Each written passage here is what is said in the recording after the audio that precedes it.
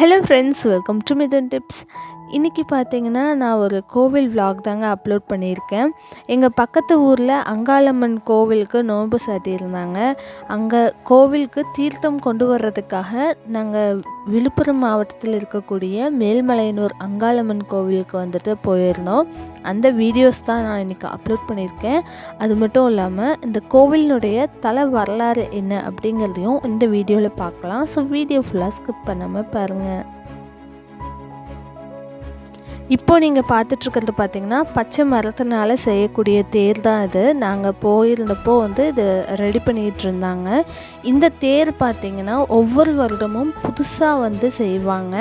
அந்த திருவிழா முடிஞ்சதும் மீண்டும் அதை பிரித்து வச்சுருவாங்க. ஒவ்வொரு வருடமும் புது தேர் தான் கட்டுவாங்க. இப்போது இந்த கோவிலினுடைய தல வரலாறு என்ன அப்படிங்கிறத பார்க்கலாம். நமக்கு தெரிஞ்ச 4 யுகங்கள் என்னன்னு பார்த்தீங்கன்னா கிரேதா யுகம், திரேதா யுகம், துவாபரா யுகம், கலியுகம். இது 4 தான். ஆனால் இது எல்லாத்துக்கும் முன்னாடி மணியுகம் அப்படின்னு ஒன்று இருந்திருக்கு. அந்த யுகத்தில் பார்த்தீங்கன்னா சிவபெருமானுக்கும் பிரம்மனுக்கும் தலா 5 தலைகள் இருந்திருக்கு. பிரம்மாவுக்கும் 5 தலைகள், அதுக்கப்புறம் சிவபெருமானுக்கும் 5 தலைகள் இருக்கிறதுனால பிரம்மாவுக்கு ஆணவம் அதிகமாக இருந்திருக்கு. நானும் சிவபெருமானுக்கு சமமான வரங்களை கொடுப்பேன் அப்படிங்கிற மாதிரி ரொம்ப ஆணவத்தோடு இருந்திருக்காரு. இந்த ஆணவத்தை அழிக்கணும்னு பார்வதி தேவி நினைக்கிறாங்க. பிரம்மாவுக்கும் 5 தலைகள் இருந்ததுனால ஒரு முறை பார்வதி தேவி தெரியாமல் சிவபெருமான் தான் வர்றாருன்னு நினச்சிட்டு சுவாமி அப்படின்னு சொல்லி கூப்பிட்ருக்காங்க. ஆனால் அதுக்கு பிரம்மன் என்ன நினைக்கிறாருன்னா, அனைத்தும் உணர்ந்த பார்வதிக்கு தன் கணவர் யார் என்று கூட தெரியலையா அப்படின்னு சொல்லி சிரிக்கிறாரு. இதை பார்த்த பார்வதி தேவி சிவபெருமானிடம் போய் இந்த மாதிரி பிரம்மனோட ஆணவத்தை போக்க அவரோட 5 தலைகளிலிருந்து ஒரு தலையை நீங்கள் கிள்ளி எடுத்துடணும் அப்படின்னு சொல்கிறாங்க. இதன்படி பார்த்திங்கன்னா சிவபெருமான் பிரம்மாவை கூப்பிட்டு இந்த மாதிரி மன்னிப்பு கேட்க சொல்கிறாங்க. பட் அவர் வாக்குவாதம் முற்றி போனதுனால என்னாச்சுன்னா 5 தலைகளில் ஒரு தலையை சிவபெருமான் கிள்ளி எடுத்துடுறாரு. அந்த வலியால் துடித்த பிரம்மன் பார்த்திங்கன்னா சிவபெருமானை பார்த்து, கிள்ளிய தலை உன் கையிலேயே ஒட்டி கொள்ளட்டும் அப்படின்னு சொல்லி உனக்கு வழங்கும் உணவை அந்த தலையை சாப்பிட்டு விடும் அப்படின்னு சொல்லியிருக்காங்க. சிவபெருமானை நீ பித்தனா மாறி அலைவாய் அப்படின்னும் சாபம் விடுறாங்க. அது மட்டும் இல்லாமல் தன்னோட கணவருக்கு இந்த நிலைக்கு காரணமான பார்வதி தேவியை பார்த்து, நீ உன் அழகை இழந்து வயதான கிழவியாக மாறி கொக்கிரகை தலையில் சூடி கந்தல் ஆடையை அணிந்து நீ அலைந்து திரிவாய் அப்படின்னும் சரஸ்வதி தேவி சாபம் விடுறாங்க. பிரம்மாவும் சரஸ்வதியும் இப்படி சாபமிட்டதுனால சிவபெருமானும் பார்வதியும் பல இடங்களில் அலைஞ்சு திரியிறாங்க. பார்வதி இறுதியில் பார்த்திங்கன்னா திருவண்ணாமலைக்கு அடையிறாங்க. அங்குள்ள ஒரு குளத்தில் தீர்த்தத்தில் மூழ்கின உடனேவே பார்வதியினுடைய அந்த வயதான தோற்றம் மறைஞ்சு போகுது. பழைய உருவத்தை அடையிறாங்க. அதுக்கப்புறம் அங்கேருந்து கிழக்கு புறமாக மேல்மலையனூருக்கு வர்றாங்க. நைட் ஆனதும் அவங்க தாயனூர் அப்படிங்கிற ஒரு ஊரில் ஏரிக்கரை பக்கத்தில் தங்கிடுறாங்க. அதுக்கப்புறம் காலையில் எழுந்திரிச்சு குளிச்சுட்டு மேல்மலையனூருக்கு செல்ல முடிவெடுக்கும்போது குளிக்கும்போது அதுக்கு முன்னாடியே ஆரத்தை கலற்றி வச்சுருக்காங்க. அந்த ஆரம் ஒரு பெண்ணாக மாறி பார்வதி தேவியை வணங்கியது. அவருக்கு ஆசியை வழங்கிய பார்வதி, இதே இடத்துல நீ முத்தாரம்மன் என்ற பெயரில் விளங்கி மக்களுக்கு அருளாசி வழங்குவாய் அப்படின்னு சொல்லி மேல்மலையனூருக்கு பார்வதி புறப்படுறாங்க. மேல்மலையனூர் அப்போது மலையரசப்பட்டினம் என்று அழைக்கப்பட்டிருக்கு. அப்போது மலையரசன் அப்படிங்கிற ஒரு அரசன் தான் ஆட்சி செஞ்சிட்டு இருந்திருக்காங்க. அவனுடைய பூங்காவனத்தில் புற்றுருவாய் பார்வதி வீற்றிருக்கிறாங்க. அங்கே காவலனாகிய மீனவ குலத்தை சேர்ந்தவங்க இருந்திருக்காங்க. திடீரென உருவான புற்றுக்கு அந்த மீனவர்கள் மஞ்சள் குங்குமம் வச்சு புடவை சாற்றி தீபம் ஏற்றி வழிபட்டு வந்திருக்காங்க. இந்த விஷயம் மன்னனுக்கு காதுக்கு போயிருக்கு. அந்த புற்றை இடிக்கிறதுக்காக முயற்சி பண்ணியிருக்காங்க. மீனவர்கள் எவ்வளவோ சொல்லியும் மன்னன் கேட்காம அந்த புற்றை இடிக்க முயற்சி செய்யும் போது பூதகணங்கள் அங்கே உருவாகி அங்கே இருந்த மீனவர்கள் மற்றும் மன்னனை தவிர மிச்சம் இருக்க எல்லாத்தையும் வந்து மறை செஞ்சுருக்காங்க. அதனால் அந்த அம்மன் தான் தோன்றியிருக்காங்க அப்படின்னு சொல்லி அதை உணர்ந்த மன்னன் வந்துட்டு அதுக்கப்புறம் மண்டியிட்டு மன்னிப்பு கேட்டிருக்காங்க. உடனே அங்கே இருந்த பார்வதி தேவி வந்துட்டு, நான் வந்து சிவபெருமானுக்கு ஏற்பட்ட அந்த சாபத்தை போக்குறதுக்காகத்தான் நான் இங்கே தோன்றியிருக்கேன். இங்கே யார் என்னை வந்து வழிபட்டாலோ அவங்களுக்கு நான் வேணுங்கிற வரத்தை அள்ளி தருவேன் அப்படின்னு சொல்லியிருக்காங்க. அப்போ இருந்தே பார்த்திங்கன்னா அந்த மீனவ பரம்பரையினரே அந்த கோவிலில் பூஜை செஞ்சிட்ருக்காங்க. பார்வதி தேவி வந்துட்டு மலையரசம்பட்டினத்தில் புற்றாக இருக்கிறாங்க. மகாவிஷ்ணு வந்துட்டு சிவபெருமான் கிட்ட இந்த மாதிரி பார்வதி தேவி புற்றாக இருக்கக்கூடிய இடத்துக்கு நீங்கள் போனால் உங்களுக்கு ஏற்பட்டிருக்கக்கூடிய அந்த சாபம் வந்துட்டு நீங்கும் அப்படின்னு சொல்கிறாங்க. அது மட்டும் இல்லாமல் சிவபெருமான் மேல்மலையனூர் வந்து அடைஞ்சதும் நம்ம என்ன செய்யணும் அப்படின்னு சொல்லி பார்வதி தேவிக்கிட்டேயும் விஷ்ணு வந்து சொல்கிறாங்க. சிவபெருமான் இங்கே வந்ததும் அவரை வந்து சுடுகாட்டில் தங்க வச்சிடணும். அதுக்கப்புறமா நவதானியங்களால் செய்யப்பட்ட சுண்டல், கொழுக்கட்டை ஆகியவற்றை சமைச்சு அவற்றை ஒன்றாக பிசைந்து 3 சிவலிங்கங்களாக செஞ்சுட்டு முதல் கவலத்தை வந்துட்டு சிவபெருமான் கையில் உள்ள திருவோட்டில் போட்டுட்டு அதை பிரம்மனின் தலை சாப்பிட்டு விடும். 2வது உருண்டையும் போட்டு அதையும் அந்த தலை சாப்பிட்டு விடும். 3வது உருண்டையை போடுவது போல பாவனை செஞ்சு கீழே இறைத்து விடு. உணவின் சுவையில் மயங்கி கிடக்கிற அந்த பிரம்மனின் தலை வந்துட்டு தன்னோட நிலையை மறந்து சிவபெருமான் கையை விட்டு கீழே இறங்கி சாப்பிட தொடங்கும். அப்போது நீ ஆக்ரோஷமாக உருவெடுத்து உன் வலது காலால் அந்த தலையை மிதிச்சிரு அப்படின்னு சொல்லி மகாவிஷ்ணு வந்துட்டு ஆலோசனை சொல்கிறாங்க. அதன்படியே வந்து பார்வதியும் வந்து சம்மதிக்கிறாங்க. பார்வதி தங்கி இருக்க இடத்துக்கு வந்த சிவபெருமான் தாயே பிச்சாந்தேகி அப்படின்னு சொல்கிறாங்க. அப்படின்னதும் வந்திருப்பது தன் கணவர் என்பதை உணர்ந்த பார்வதி தன் மகனான விநாயகரை அழைத்து உன் தந்தையை பாதுகாப்பாக வைத்து கொள்ளுமாறும் உட்கார்ந்தால் தூங்கி விடுவாய், ஆகையால் நின்று கொண்டே காவல் இருக்குமாறு கேட்குறாங்க. அதன்படி விநாயகரும் காவல் புரிகிறாரு. உள்ளே சென்ற பார்வதி பார்த்திங்கன்னா மகாவிஷ்ணு சொன்னபடியே 3 கவலங்களை தயார் செய்து வச்சுட்டு சிவபெருமான் இருக்கும் இடத்துக்கு வந்து அவரை அழைத்து சென்று சுடுகாட்டில் தங்கியிருக்குமாறும் காலையில் வந்து பார்க்கிறதாவும் கூறிவிட்டு வர்றாங்க. சுடுகாட்டில் தங்கிய சிவபெருமான் அங்குள்ள சாம்பலை எடுத்து உடலெங்கும் பூசி படுத்து தூங்குறாரு. மறுநாள் காலையில் பார்வதி வந்துட்டு 3 கவலங்கள் இருக்கிற தட்டை எடுத்துகிட்டு மயானம் போகிறாங்க. அங்கே மகாவிஷ்ணு சொன்ன மாதிரியே முதல் உருண்டையை போடுறாங்க.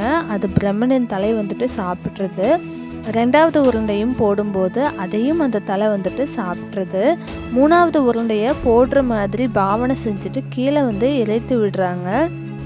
உணவின் சுவையில் வந்து மயங்கிய பிரம்மனின் தலை தன் நிலையை மறந்து சிவபெருமானின் கையை விட்டு கீழே இறங்கிடுது.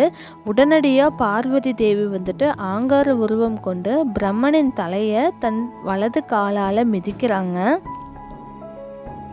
இதனால் சிவபெருமானுக்கு பிடித்திருந்த பிரம்மஹத்தி தோஷம் வந்து நீங்கிறது. உடனே ஆனந்த தாண்டவம் புரிந்து சிதம்பரம் சென்று ஸ்படிகலிங்கமாக மாறிடுறாரு. சிவபெருமான் ஆனந்த தாண்டவம் புரிந்ததால் சிவபெருமானுக்கு தாண்டீஸ்வரர் அப்படின்னும், ஆங்காரம் உருவம் கொண்டதால் பார்வதிக்கு அங்காளம்மன் என்றும் ஆனந்தாயி என்றும் பெயர் வந்து உருவாகுது. அம்மனுடைய கோபத்தை தணிக்க தேவர்கள் வந்து முயற்சிக்கிறாங்க. ஆனால் முடிவில் வந்துட்டு மகாவிஷ்ணுவிடம் ஆலோசனை வந்து கேட்குறாங்க. மகாவிஷ்ணு தேவர்கள்கிட்ட வந்துட்டு அழகான தேரை வந்து உருவாக்குங்க, அதன் மேலே பீடத்தில் நான் கலசமாக மாறிடுறேன், அதில் வந்துட்டு அம்மன் அமர்ந்ததும் கோபம் தனியும் அப்படின்னு சொல்கிறாங்க.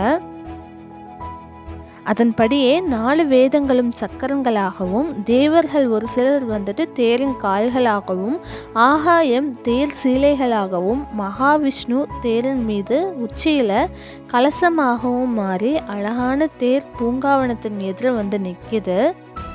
இதை பார்த்த அங்காளம்மன் அது மீது ஏறி அமர்றாங்க. மற்ற தேவர்கள் அந்த தேரை வடம் பிடித்து பூங்காவனத்தை சுற்றி வராங்க. அம்மனின் கோபம் முற்றிலும் தணிந்து போகுது. தேவர்கள் அம்மன் மீது பூமாரி பொழிந்தனர். அங்காளம்மன் மனம் குளிர்ந்து போய் தேவர்களை வாழ்த்தியதோடு மட்டும் இல்லாமல் இங்கேயே கோவில் கொண்டு தன்னை நாடி வரும் பக்தர்களுக்கு வேணுங்கிற வரத்தை கொடுக்க போவதாகவும், அதன்படி இன்னுமே இன்றைக்குமே அங்காளம்மனை நாடி போகிற எல்லாத்துக்குமே வேணுங்கிற வரத்தை அள்ளி கொடுத்துட்டு தான் இருக்காங்க. ஒவ்வொரு வருடமும் மாசி மாதம் பார்த்திங்கன்னா பயங்கர விசேஷமாக இருக்கும் இந்த கோவிலில். அதே போல் தான் ஆடி மாதமும். பட் மாசி மாதத்தில் இந்த தேர் இழுப்பாங்க. இதுதான் இந்த தலத்தினுடைய வரலாறு. நாங்கள் போயிருந்தது பார்த்திங்கன்னா ஞாயிற்றுக்கிழமை, கடந்த ஞாயிற்றுக்கிழமை தான் போயிருந்தோம். அப்போவே பார்த்திங்கன்னா பயங்கரமான கூட்டம். கோவிலுக்குள்ளே இப்போ நாங்கள் அந்த லைனுக்கு போகிறதுக்காக, அங்காளம்மனை பார்க்குறதுக்கு அந்த லைனுக்கு போகிறதுக்காக போயிருந்தோம். அப்போவே பார்த்திங்கன்னா ஒரு 3 மணி நேரம் நாங்கள் லைனில் நின்று தான் சாமியை தரிசித்தோம். அவ்வளவு கூட்டமாக இருந்துச்சு. டிக்கெட் பார்த்திங்கன்னா 100 ரூபா, 300 ரூபா, அதுக்கப்புறம் 50 ரூபாய், அதுக்கப்புறம் 10, அதுக்கப்புறம் ஃப்ரீ டிக்கெட்லேருந்து எல்லா கவுண்டர்லேயுமே பார்த்திங்கன்னா ஃபுல் ரஷ்ஷாக தான் இருந்துச்சு. நாங்கள் ஒரு 12:30 மணி இருக்கும் லைனில் போய் நின்னது. பட் கடைசியில் 3:30 மணிக்கு தான் சாமி கும்பிட முடிஞ்சுது. நம்ம மனசார என்ன வேண்டுனாலும் சரி கண்டிப்பாக அது நடக்கும். கண்டிப்பாக நீங்களும் அந்த கோவிலுக்கு போயிட்டு வாங்க. நம்ம லைனில் வெயிட் பண்ணும்போதே நம்மளுக்கு ஸ்நாக்ஸ் எல்லாமே உள்ளே கொண்டு வராங்க. வாட்டர் பாட்டிலேருந்து, டீலேருந்து, அதுக்கப்புறம் ஏதாவது ஸ்நாக்ஸ், சுண்டல், இந்த மாதிரி எல்லாமே அந்த லைனுக்குள்ளேயே கொண்டு வர்றாங்க. ஸோ நாங்கள் 3 மணி நேரம் வெயிட் பண்ணாலும் ரொம்ப பசியோடு இல்லாமல் ஸ்நாக்ஸ் எல்லாம் வாங்கிக்கிட்டோம். வாட்டர் பாட்டிலும் விற்கிறாங்க. இப்போ பார்த்திங்கன்னா நம்ம அந்த கோவிலுக்குள்ளே போக போகிறோம். இது அவுட்ரு ஏரியாவில் நாங்கள் லைனில் நின்றுட்டுருந்தோம். கோவிலில் அந்த திருவிழாவுக்காக ரொம்பவே வேலைகள் அதிகமாகவே செஞ்சுட்டே தான் இருந்தாங்க. இப்போ பார்த்திங்கன்னா பெயிண்டிங் பண்ணுறது, அதுக்கப்புறமா தேர் கட்டுறது, இந்த மாதிரி நிறைய வேலைகள் செஞ்சுக்கிட்டே தான் இருந்தாங்க. நாங்கள் போய் தீர்த்தம் எடுத்துகிட்டு வந்துட்டு அதுக்கப்புறமா உள்ள கோவிலுக்கு வந்தோம். அதே மாதிரி இந்த கோவிலிருந்து புற்றுமண் நம்ம எடுத்துகிட்டு போய் நம்ம தொடர்ந்து வச்சுட்டு வர்றதுனால வீட்டில் யாருக்காவது உடல்நிலை சரியில்லை, அதுக்கப்புறம் இந்த செய்வினை செஞ்சு வச்சுருக்காங்க, இல்லை இந்த பேய், இந்த மாதிரி ஏதாவது பிரச்சனைகள் இருந்தாலும் கூட இந்த புற்றுமண்ணை நம்ம தொடர்ந்து வச்சுட்டு வர்றதுனால நம்மளுக்கு அந்த பயம் எல்லாம் போய் நம்மளுடைய உடல் நலமும் சீராகும்னு சொல்கிறாங்க. அதே மாதிரி புற்றுமண் அப்போ இருந்து இப்போ வரைக்கும் வளர்ந்துக்கிட்டே தான் இருக்குது அப்படின்னும் சொல்கிறாங்க. நான் அந்த கோவிலுக்குள்ளே போனதுலேருந்து கிளிப்பிங்ஸ் எடுக்க முடியல. உள்ளே ஃபோன் நாட் அலவுட், அதனால நான் எடுக்கலை. நம்ம எல்லாத்துக்குமே ஒரு சில பிரச்சனைகள் இருக்கும் இல்லையா? நம்ம எதுவுமே பண்ணல, எதுக்காக நம்மளுக்கு இப்படி திரும்ப திரும்ப நடக்குது அப்படின்னு ஒரு பதிலே தெரியாத, விடையே தெரியாத ஒரு சில கேள்விகள் நம்மளுக்கு இருக்கும். ஒரு பண கஷ்டம்னாலும் சரி, உடல்நிலை ரொம்ப ஏதாவது வந்துக்கிட்டே இருக்குது, அந்த மாதிரி ஏதாவது இருந்தாலும் சரி, அந்த மாதிரி தீராத பிரச்சனைகள், தெரியாத பிரச்சனைகள் ஏதாவது இருந்தாலும் கூட இந்த கோவிலுக்கு அமாவாசை அப்போ போகிறது ரொம்பவே நல்லது.